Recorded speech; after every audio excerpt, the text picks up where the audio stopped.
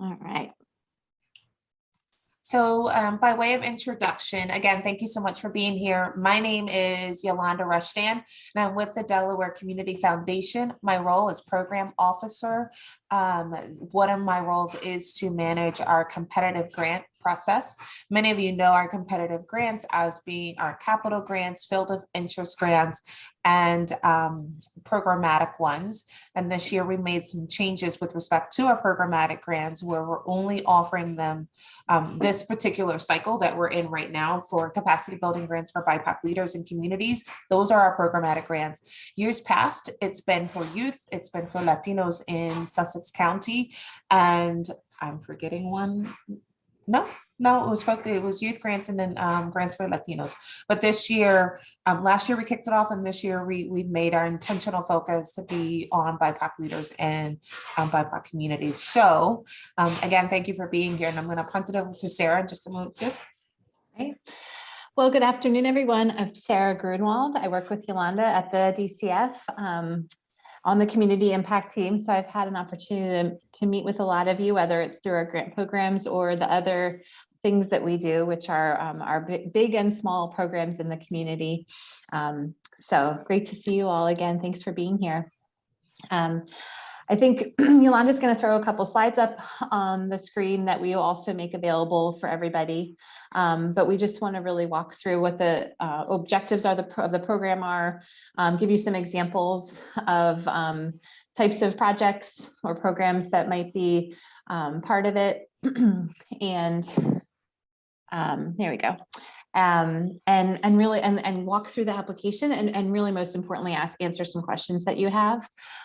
We always learn a lot from these conversations about how to clarify things or how to improve things in the application and the process. So we'll be really grateful to hear from you. So looking at this particular program, the grants for BIPOC leaders and communities. The program objectives are to provide capacity building funding to support BIPOC leaders working in communities of promise. And if you read the guidelines, several years ago, there was a lot nationally and here in our home state asking questions about where funding was going in from our foundations and in our communities. And pointing out that it often wasn't going to leaders of color or the communities that they serve in ways that it should be. And this really came out of responding to that and reflecting and knowing that we could do more. The second program objective is to support community-driven change in communities that are traditionally underrepresented.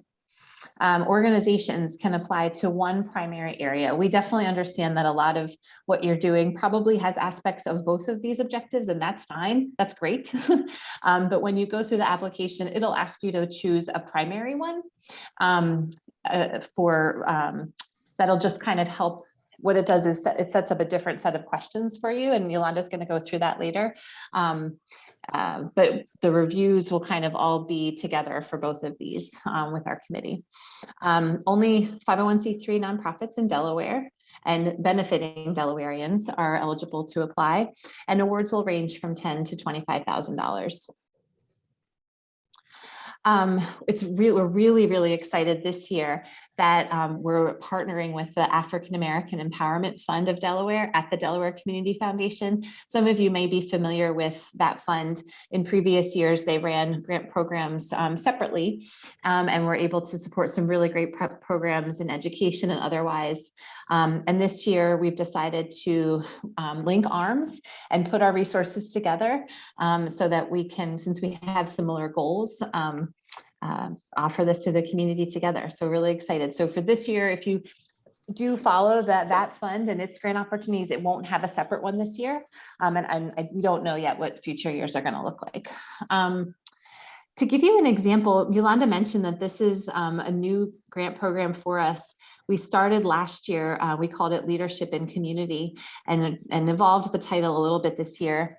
But there were some examples of the grants that came out of last year's program for Network Delaware. The project was the Change Agent Journey, which is a tailored leadership development program for leaders of color to identify issues and build equity and justice in their communities, push policy, that kind of thing.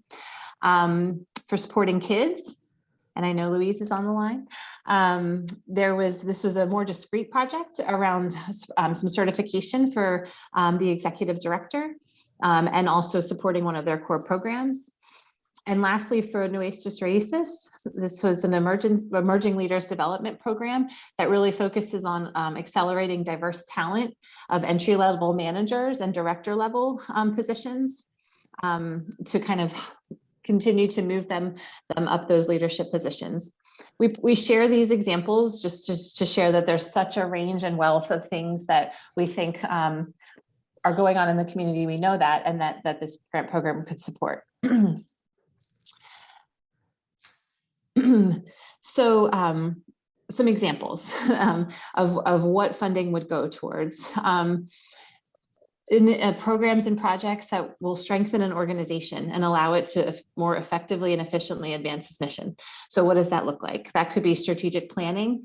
That could be financial management tools. That could be identifying a communication strategy, improving your volunteer recruitment, thinking through leadership succession, anything that's really going to allow an organization to thrive and be sustainable and continue on.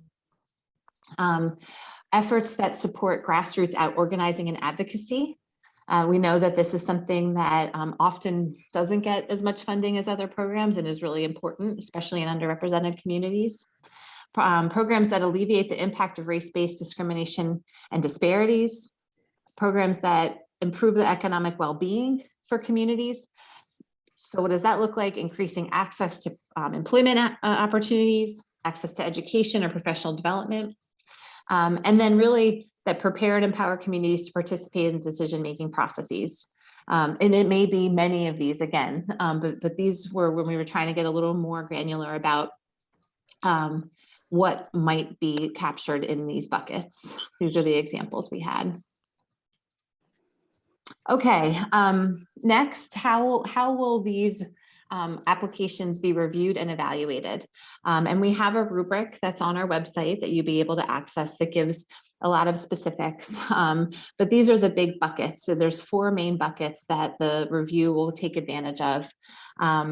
First, does the proposed project focus clearly on and primarily on people of color? And what does that mean? That means through one or more of the following ways, and this is on in the rubric and in our guidelines. But that would be through leadership positions on board or in the staff, people of color as those involved in the design, delivery, and evaluation of the program or service, and or as most of the participants or intended recipients. So a strong proposal will really clearly identify representation of people of color in one or more of those ways. We also look at demonstrated need. What does that mean? That means the description is focused, it's realistic, it's measurable. There's a strong case made for how the program will build capacity for leaders or support community-driven change. We'll also review around community outcomes and impact. So in the proposal, it's clearly defined who the constituents are, the challenges they face, and how the organization will serve those communities. And also how the funding will just help you advance your mission to benefit the community. And lastly, the use of grants funds. This is related to a clear and reasonable project budget. We do use a budget template so that we can kind of all be on the same page about what we're asking and what we're looking for. And again, how this request will help your organization benefit the community and achieve the goals that you state. Lastly, the process. Hopefully by this point, many of you have seen our online application portal. It's where you'll find grant. It's DelCF/grants. It's where you'll find all the grant opportunities we have at any given time, and it links you to our portal, which we're going to go into more in just a second. But that's where things have to be submitted. We can't take paper forms or otherwise. And again, only one application per organization. The application is now open. It opened a few weeks ago, and the deadline is Valentine's Day, so it's somewhat easy to remember. We're going to talk a little more about our process of the review, but there will be virtual interviews in mid-February and early March. And we are going to invite all applicants that fit the criteria to have an interview with our committee, because we know that there's only so much that you can put on paper, and so much more comes through and we're actually able to have a conversation. So that's what those are really about, is just understanding better what is hard to put into paper. The committee meets towards the end of March, and then there would be an approval late March, so funds would be flowing early April. Now I'll turn it over to Yolanda to walk through some other pieces. Absolutely. And I want to expand on Sarah's point when she said the applicants that fit. What we're really looking for that, because she and I talked about it earlier, is if there is an application that's in that really does not fit the request, be it for capacity building for leaders or be it for community driven change, if it's just something that absolutely doesn't fit, then you won't get an interview. So I just wanted to close the loop on that, just in case anybody has any questions. It is a very clearly obvious application that clearly doesn't fit this grant guidelines. But for everyone else, I'm going to stress the point that, and we'll talk about it again later, there will be an interview opportunity for you. It does not mean that your application moved, is absolutely going to get funded, right? Every single person is going to be invited for an interview. It is incumbent upon you to respond to the email clearly. It's going to state certain dates, certain times for you to schedule your interview. If you don't follow up, you don't do the interview, that will hinge upon your funding decision. I just want to make sure I'm clear. All right, so my part of this is going through the portal. Everyone, to Sarah's point, should be very familiar with this now. This is the login screen that you'll see when you log into the portal, and the portal itself is called Found It. Very user-friendly if you haven't applied to us before. And if this is your first time applying, right, you want to create an account. If this is, and what I should say further on that is if it's your first time for your organization, not necessarily you as an individual. But if this is your organization's first time applying to the DCF, please create a new account. If you know that your organization has applied before through Found It and you don't know the login, contact me or Sarah to get your name attached to that account so that you don't have to create a new one, because we don't like to have, as many people who use databases understand, you don't want to have duplicative records, right? So we want to make sure that we're keeping it as clean as possible. If in fact you create a new account and there's already one in there, I'll find it, I'll merge it, it's all good. If you forgot your password, this link right here for forgot password, just use the email you typically use, click that, it'll help you out, okay? All right, so when you log in, this is your dashboard. And your dashboard is great because what it does is that it allows you to see your applicant information, your organization's information, and then at the bottom, you can see your active requests and your historical ones. So if there's some out there that you're wondering, did we get that funding? Did we not? You can go back to your historical request. I will tell you though, there are times when it says undecided. If you already got the response, you know whether it was accepted or declined. Okay, you can ignore that, but you can see what other grants you've applied to in the past. And this is the page also that if you've gotten any funding and there are any follow-ups, this is where your follow-ups will be. It will literally be underneath this portion. So what does the application look like? That's what we're going to go through. And I hear someone in the background too. So I'm going to mute you if you haven't already. Thank you. So the first part of the application is going to ask for your organization information. We know this. I know that some folks have expressed to me that it's annoying because you have to repeat it. I get that. And we're working with Found It. I've been asking that question if there's a way that it can just pull from your dashboard and then put right now it can't. So we are asking for you to repeat this information. If you are a fiscally sponsored organization, you can apply. We just need to know the EIN of your fiscal sponsor, right? And so you're the project, but whomever is being your fiscal sponsor will need their information so that we can make sure that the records are clean.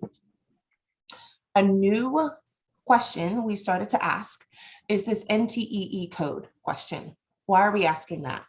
This is a data point for us at the DCF. It allows us to better understand where are grants coming from. Are they coming from, health-based organizations, art-based organizations, human services?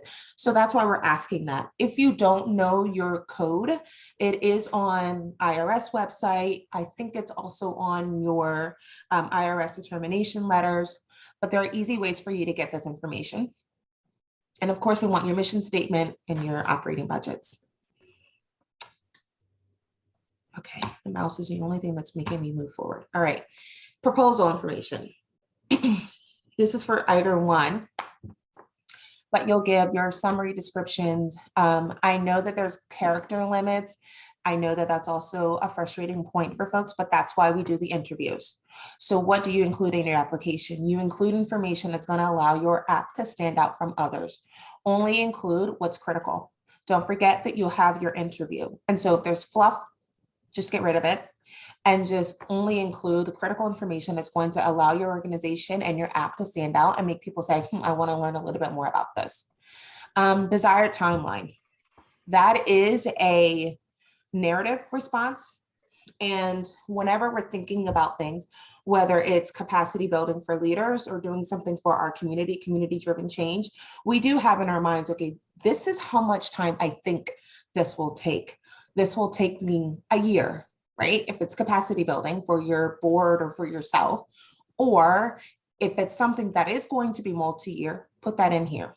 That will help us as we're reviewing the applications. Amount requested, Sarah mentioned earlier that the grants will range from $10,000 to $20,000. Participants, who's participating in this? Is it the executive director? Is it your board? Is it community, people in your community? Outcomes and impact. We know what that means for us. And it's important to also say for impact, we have learned over the years that it's not, impact for us is really about, one, is it mission-based, right? And then two, it's not necessarily that you're impacting a certain number of people and that makes you rise to the top. If your program is going to allow one family to move from one needle to the next, one point on the scale to another point, that's major. It might be one family of four, but if you're moving them to the next level and you're allowing them to be, contribute to their society in a large way, that's huge. But if your program is in fact really impacting 100 people, that's awesome too. But it's really, I wanted to make sure that I make it clear that don't get caught up in numbers. Don't get caught up in, I'm going to be working with X amount of people and that's what's going to make my impact bigger. It's what is truly the impact that you're going to have in the community because of your program. But for your program, this would not happen. That's what we're looking for. And then budget. Be clear about that too, because we're going to really be looking at it. Support community-driven change. You'll see that the responses are pretty similar, right? And then we're looking for population served to the target, the barriers that the community is currently facing, and then of course the budget. But you see, the questions are somewhat similar. And I will take questions at the end. Measuring success and substantiating need and other funding. So the measurement of success is, it could be pre-post surveys. It could be interviews. It could be, depending on your program, if you're noticing that the executive director, he or she is now able to lead in a different way, or the staff is responding differently because of the leadership training that he or she went through. And how will you measure that? How will you know that your program is successful? These grants are a little different in measuring the success, because sometimes, I'll take, for example, one of the other grant programs that we funded last year. How will I know if Network Delaware was successful at their program? I'm going to know that because of the nonprofits that they're working with and the change that they're seeing on the ground level. If they're learning about how to be strong civic leaders in their community and they're taking that and they're actually implementing it in some way, they've made some organizational changes because of the programming, that's successful. And so the measurements of success will be different for everybody, but it doesn't have to be some, scholarly article or anything like that, but it's just truly, how will you know that you're successful at the end of this? And again, it ties to your timeline. Did it take you a year? Will it take you a year? And you'll know at the end of the year, this is what success looks like for us. Will it be at the end of 3 years? And if that's the case, what are your incremental measurements of success? Okay, diversity, equity, and inclusion, buzzwords for the past few years, right? Or this year, really. Why are we asking this? This is, again, another data point of collection for us. How can we, the DCF, say that we're truly supporting Black and Brown communities and Black and Brown leaders if we're not asking the question? So we're asking the question, and we need you to be honest. And we're hopeful that if you're coming through this program, you are an organization that is considered to be diverse. And what we deem to be diverse, and not just we, but also our community foundation community, is a board that's made up of 40% or more Black and Brown people. And so if you have, a certain amount of people on your board and you do your percentages, if it equals to 40% or more, you're considered to be diverse. If it's less than that, you're not considered to be diverse. That doesn't preclude you from getting funding, but it is something that we are taking a look at. And why is that? Because again, we are being very intentional about supporting Black and Brown communities and leaders. And so therefore, this is a way for us to collect that information and say, okay, we are actually doing what we say we would do. Information does not get shared out. Our committee members will not see this information either. If they ask a question, we can and will respond to it. We'll tell them generally speaking, but this is for Sarah and I to look at. And then again, the proposal questions will help guide them in their decision-making as well, to make sure that we are doing what we said we would do. Happy to take more questions about that too. So what do you need to attach? The list is here. I will not read it, but what I will expand on is the additional attachment. What does that look like? These are, people love pictures. People love videos. People like, those are the two main things we really like, are pictures and videos. But what else would be helpful is if you have, I'm blanking on the name of it, like some sort of infographic, that's what it is, that you think would be helpful and for the committee as you're reviewing it, that tells a little bit more, add some color to your program, attach it. If, any sort of documents, I know that sometimes people have attached like 100 pages of booklets. We're not reading that. I'll be very honest with you. But we will look at, we'll do a cursory review, but wouldn't it be great if you attach something that adds more color to what you've been able to share already in the restricted character limits, and then you can refer to it in your interview. That's what that means. Payment processing. We are still in a virtual environment. So checks will not be issued unless you absolutely need to have a check. Otherwise, it will be a direct deposit by ACH, right? And typically, we're also in a new database system. We're starting to get all the kinks out. And so the timeline that was originally presented earlier from Sarah, when she said that decisions should be in late March, what that looks like is once decisions are made, you will get an email from Foundant that says, congratulations, you've gotten a grant. You have a week to submit your grant agreement. And then once we get your grant agreement, that's when the direct deposits will start. So you will not get a direct deposit unless you submit your grant agreement. And now, Sarah, I'll bring it back to you. All right, thanks.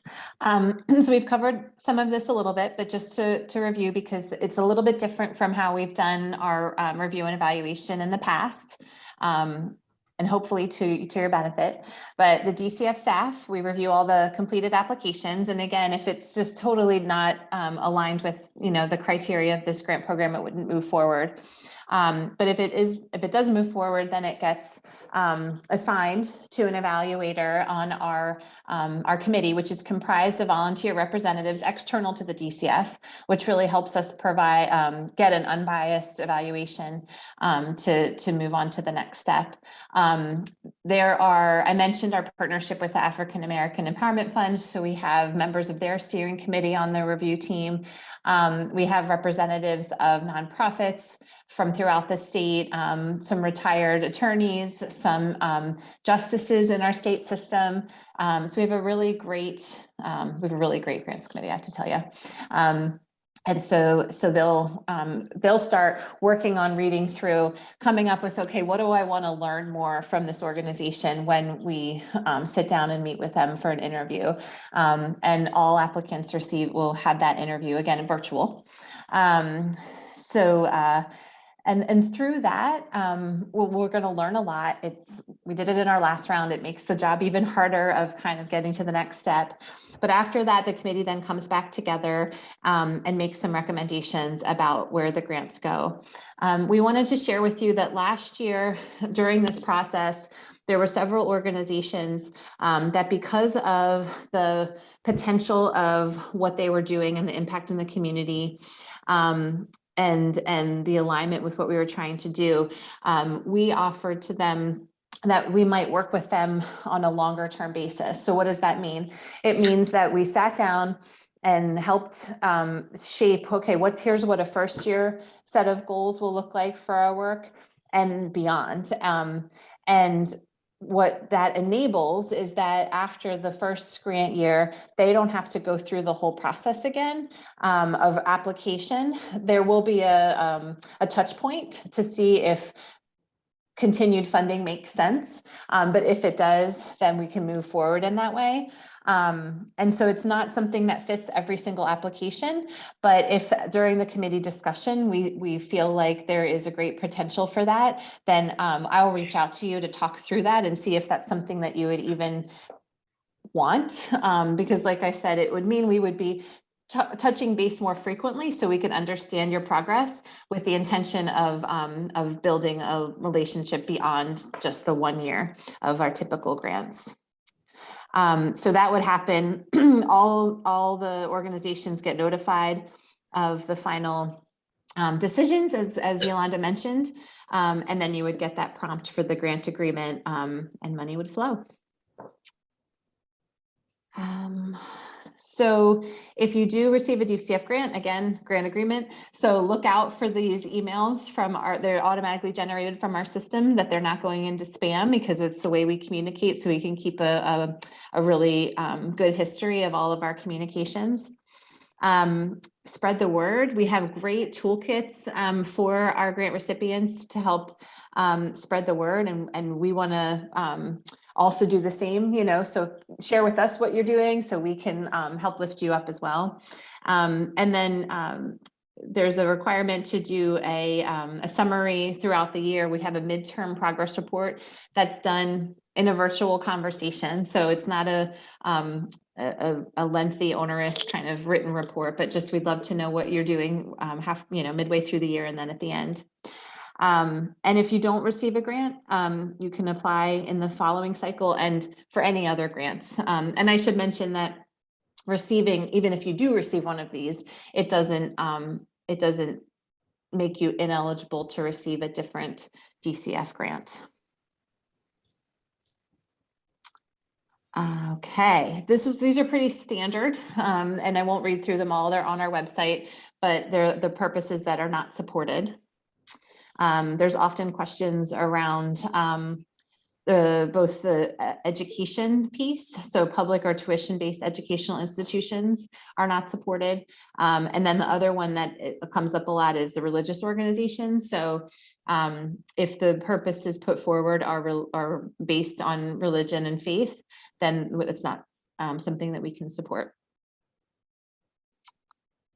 And then for any other information about this, as you move through the process, please be in touch with me.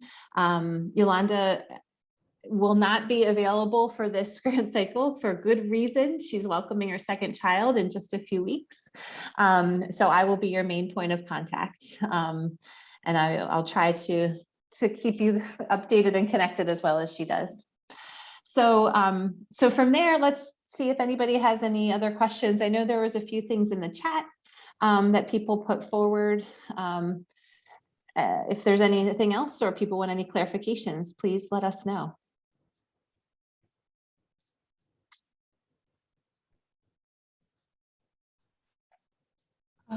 I see something from Sarah. Oh, you're just saying what you do, Sarah Gilmore. Okay, I went up too far.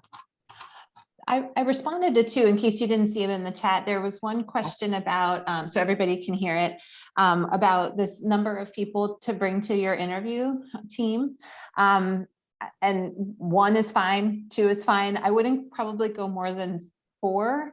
And that might be staff and board, but we'll probably have 3 to 5 people. It's virtual, so we could technically host a lot, but that'll really provide for, you know, a more direct conversation. And those interviews are great to say, again, what's not in your application. And some folks have asked, should we do a video? Should we, you can, but really I would focus on the conversation, right? And just allowing the committee members to ask as many questions as they can. You also come prepared for some questions about, you know, what are they really looking for to fund through this program? What would help them in making their funding decision to say yes to your organization? That's what it comes down to, right? I have a couple questions. One, as far as timing, I know you said if you receive this grant, then you can also apply for other DCF grants. But what is the time frame? Like if Supporting Kids got BIPOC community leadership, and I know when I was looking at it, I couldn't tell if it was the same or different because I know you mentioned now partnering with the African American, you know, fund. So how does that work as far as timing? I'll let you answer that first. So would the Supporting Kids be eligible to apply again in this cycle? Right. Is that your question? Yes. Yes. Okay. Yeah. And just a follow up from that. So I know you have the 2 tiers, so like capacity building for leaders and support community driven change. So I'll just give an example. If we're looking to train volunteers or staff because we have funding that's going to help support community driven change, like which one do you pick? It's like really what we're doing is training people. So it's more capacity building, I would think, but the result of it is going to be then how they're able to take those skills, you know, when they're out doing more work in the community. So I just wasn't sure when you do overlap, which one would be considered primary. Yeah. Well, and we can, so this is my gut reaction, but we can talk more about it, and others might have thoughts. So I'm thinking that would be most around the community driven change because the work then is done for that purpose. When I think about the staff capacity side, I think I'm thinking more of like internal, like strategic planning, professional development, that kind of thing. And so it feels like this is more so they can be externally focused and do that work. That's just my gut. But we can talk more as it comes together too. Okay, thank you. And the additional attachment, is it just one, or can you do multiple attachments? Like if you wanted to just do like one infographic and one photo, not a million, but is it just capacity to add one thing, or can you add more than one? I think there's 3 spots. 3, okay. But each spot you can only attach one thing. One thing, right? Okay. I have a question. Okay. On the budget section, when I looked at it last week, it said 20 characters. Is that correct, that the budget can only be 20 characters long? Go into it. One moment. Yeah, I think so. There's a field at one point that it's 20 characters because it's just for the number. So you'd put in, you know, $20,000 as the overall budget. And then one of the attachments later on is the where we're looking for more specifics about the line items, what DCF funds would support, what's coming from the organization or other funders. I think that's the distinction. But you'll There's looks like there's two sections for budget, and both of them are 20 characters. And I just wanted to be sure that the second one is a 20 character limit. okay. Okay, well, just for clarity's sake, I'm on the application right now. For required attachments for program budget, it's an attachment. And for org budget, it's an attachment. Additional attachments, Louise, I lied. It's one. So if you want to do a combined PDF, you can do that. Okay. Right, but if you look on page 5, Okay. it says budget, and then it says character limit 20, but the description under the title budget says, please provide details about. So you want a number there, understanding that the readers are going to go to an attached budget? That's right. And I have to apologize. I think the PDF, if you access the PDF version of this, Right. it has, so if you were filling it out online, you choose the capacity building or you choose the community driven change. And then it's called these nesting questions. So then a set of questions comes out.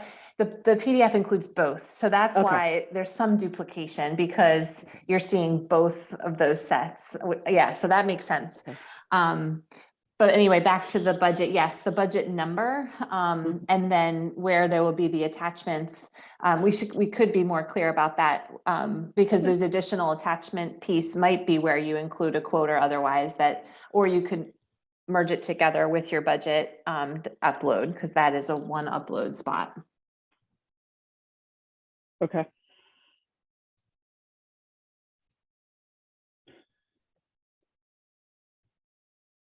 Any other questions?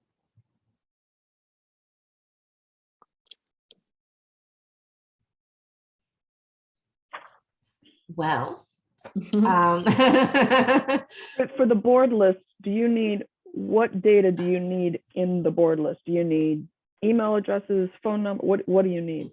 Names, obviously. Names and professional affiliations. So if they're, with an organization or recently retired from, or why they're, affiliate, what their affiliation is important for your board, really. Okay. Sarah, I have a question. How many grants are you looking to fund?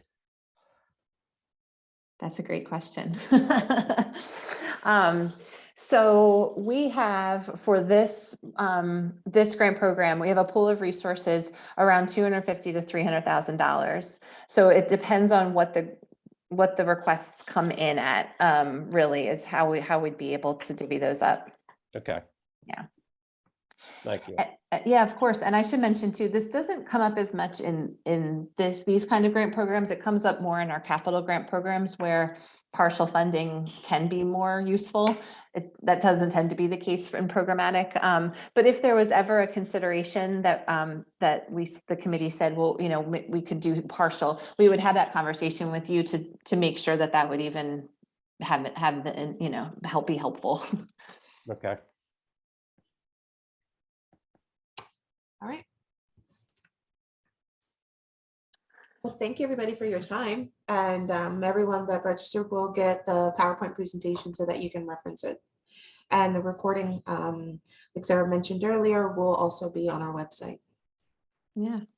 And please do be in touch if you have questions along the way. We put out there kind of the timing, you can expect stuff, but I'm here to help kind of move things along as you get into that application and questions come up or otherwise. So look forward to working with you all.